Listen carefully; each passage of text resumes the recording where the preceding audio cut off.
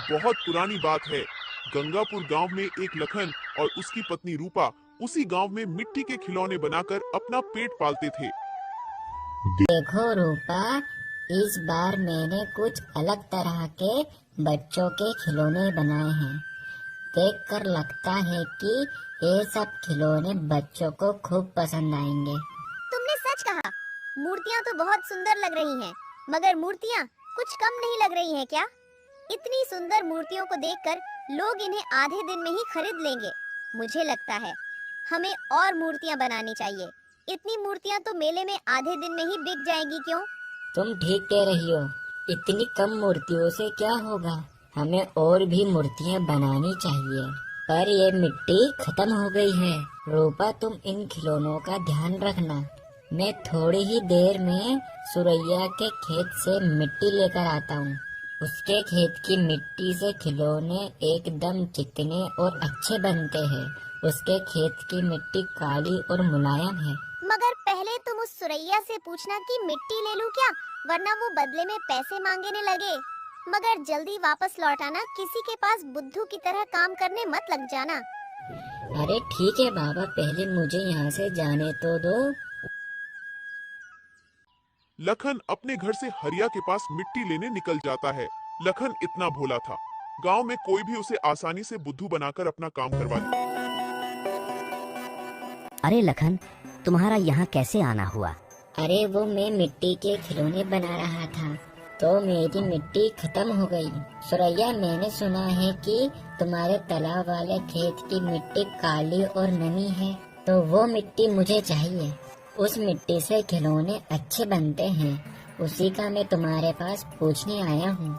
सुरैया, ये एक अच्छा मौका है। ये लखन एक नंबर का बुद्धू है। इसे मिट्टी देकर मैं अपना काम भी करवा सकता हूँ। हाँ क्यों नहीं। अरे लखन, उसमें क्या पूछना था, जाकर ले लो। हाँ, मगर तुम पूछने आए हो तो मैं तुम्हें एक राय देता हूँ। तुम्हें मिट्टी के खिलौने बनाने के लिए नरम और मुलायम मिट्टी चाहिए ना? हाँ सुरैया, हाँ। हाँ, तो मेरे खेत के किनारे पर एक कुआं है। अगर तुम उस कुएं में 10 से 12 हाथ खोद लोगे तो तुम्हें खिलौने बनाने लायक मिट्टी मिलेगी।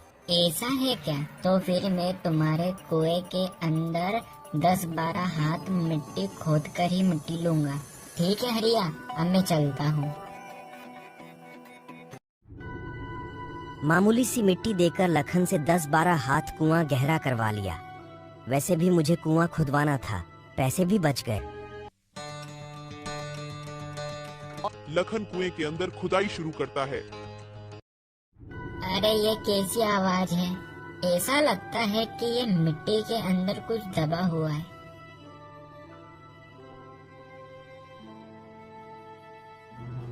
ये तो एक घड़ा है। अरे बाप रे, सोने की मोहरें। वो भी इतनी सारी।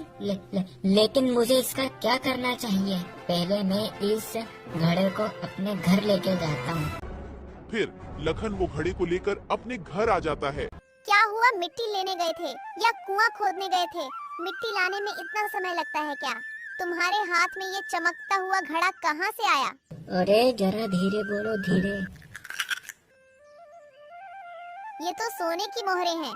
बताइए ना, तुम्हें ये सोने की मोहरें कहाँ मिली? मैं गड्ढा खोद रहा था, उस गड्ढे में से ये घड़ा निकला।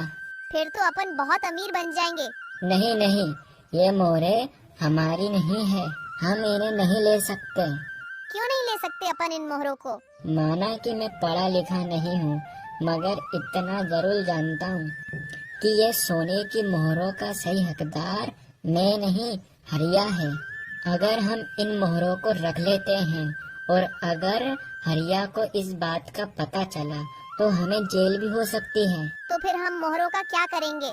मैं ये मोहरों का घड़ा हरिया को दे दूंगा, क्योंकि ये घड़ा उसकी जमीन में से निकला है। दे दीजिए, ठीक है फिर।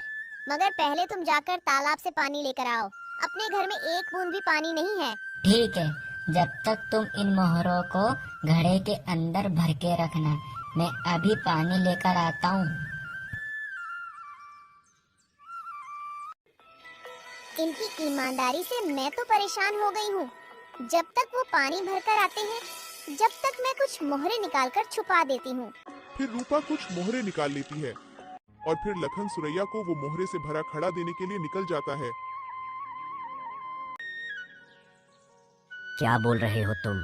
तुम्हें खोदते खोदते इतनी सारी मोहरे से भरा ये घड़ा मिला। तुम मजाक तो नहीं कर रहे हो? हाँ सुरैया, मुझे तुम्हारे कुएं को खोदकर ये सोने की मोहरों से भरा घड़ा मिला। बाप रे! और अब तुम इस खजाने को सरकारी खजाने में जमा करवाने की व्यवस्था कर देना। हाँ, जरूर करूँगा, जरूर करूँगा। ये तो मेरा फर्ज है। इसे सरकारी खजाने में जमा करवाना दो। ये तो मेरा फर्ज है। अब तुम निश्चित होकर अपने घर जाओ और ये बात किसी को गांव में बताना मत। ठीक है सुरैया, अब मैं घर जाता हूँ। मेरी अक्ल क्या घुटनों में है जो इतनी सारी मोहरे मैं पुलिस को दूंगा। मोहरे को मैं अपने पास ही रखूंगा। गांव का सबसे पैसे वाला आदमी बन जाऊंगा। बहुत सारी जमीन, गाय भैंस खरीद लूंगा, बहुत सारी, और इसी गांव में एक हवेली बनवाऊंगा। अगर गांव वालों को इस बात का पता चल गया तो इस मामले में एक काम करता हूँ, लखन का नाम लेकर उसे ही फंसा देता हूँ। हाँ, क्या दिमाग पाया है सुरैया।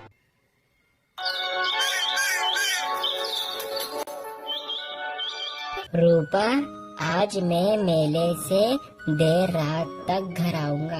जब तक मेरे ये मिट्टी के बनाए हुए खिलौने नहीं बिकेंगे, जब तक मैं घर नहीं लौटूंगा। ठीक है बाबा, जानती हूँ तुमने ये खिलौने बड़ी मेहनत से बनाए हैं। थोड़ी देर में मैं भी तुम्हारे पास तुम्हारे काम में हाथ बंटवाने आ जाऊंगी। देखिए दरोगा साहब, ये लखन के घर पर एक बार छानबीन करके देख लीजिए। मुझे पूरा शक है कि सोने की मोहरे इसी के घर पर होगी कल। दरोगा साहब, कल शाम को मैं जब तालाब किनारे अपने पशुओं को देखने आया था, तब लखन अपनी पत्नी से कुछ सोने की मोहरों की बात कर रहा था। क्यों लखन, ये हरिया सच कह रहा है क्या?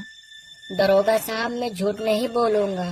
कल मैं जब सुरैया के कुएं में मिट्टी खोद रहा था, तब यह घड़ा मुझे उस खुदाई में मिला, मगर वो घड़ा तो मैंने सुरैया को वापस दे दिया। लखन, मैं तुम्हारे घर की तलाशी करना चाहता हूँ। तलाशी करते ही पता चल जाएगा कौन झूठ बोल रहा है, कौन सच बोल रहा है। मेरे घर में कुछ भी नहीं निकलेगा दरोगा साहब। अगर आपको तलाशी लेनी है तो ले लीजिए, मैं झूठ नहीं बोलता दरोगा साहब। अरे बाप रे, अगर इन्होंने मेरे घर की तलाशी ली तो मेरी छुपी हुई मोहरे मिल जाएगी। दरोगा बाबू, मैं आपके आगे हाथ जोड़ती हूँ, कृपा करके हमारे घर की तलाशी मत लो। दरोगा बाबू, हमारे घर पर सोने की मोहरे नहीं है, मेरी बात का विश्वास करिए। मेरे घर की तलाशी मत लेना, हम पर दया करो। अच्छा, ये तो अपने घर की छानबीन करवाने से डर रही है।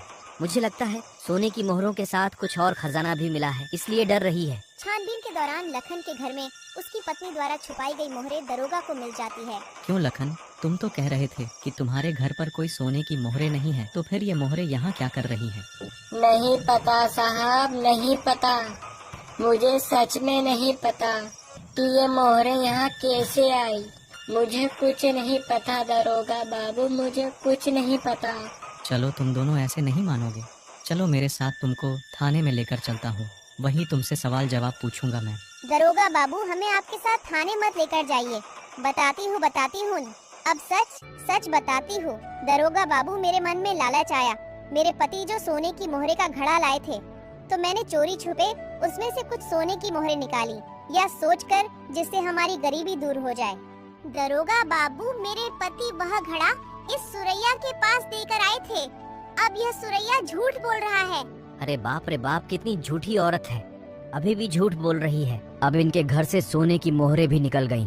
अब पूरा इल्जाम मेरे ऊपर लगा रही है। अरे दरोगा साहब, इनको लेकर जाइए थाने में, दोनों की अच्छे से खातिरदारी करिएगा। अरे ये मोहरे को इस गांव में रखना अब सुरक्षित नहीं है। मुझे कल शहर में जाकर इन मोहरे को बेचना होगा और इससे मैं बहुत पैसे वाला बन जाऊंगा। बहुत पैसा हो जाएगा मेरे पास। दरोगा साहब, आप मेरे घर पर। यहाँ इसलिए आया हूँ कि वो लखन के घर पर से तो बहुत कम ही सोने की मोहरें बरामद हुई हैं, मगर बाकी की सोने की मोहर की तलाश में मैं तुम्हारे पास चला आया हूँ। चलो अभी सोने की मोहरों को लेकर थाने चलो। दरोगा साहब, आप मुझे कहाँ थाने में लेकर जाओगे?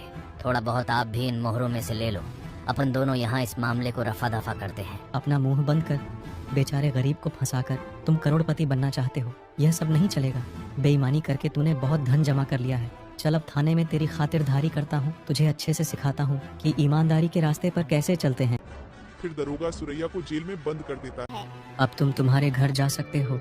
इतने प्राचीन सोने की मोहरें खोजने के लिए मैं तुम्हें सरकार से इनाम दिलवाऊंगा। साहब जी हमें कुछ नहीं चाहिए, हम तो ऐसे ही ठीक है साहब। दरोगा साहब, आपका मैं ये एहसान कभी नहीं भूलूंगा। अब तुम आराम से अपने घर जाओ, ठीक है?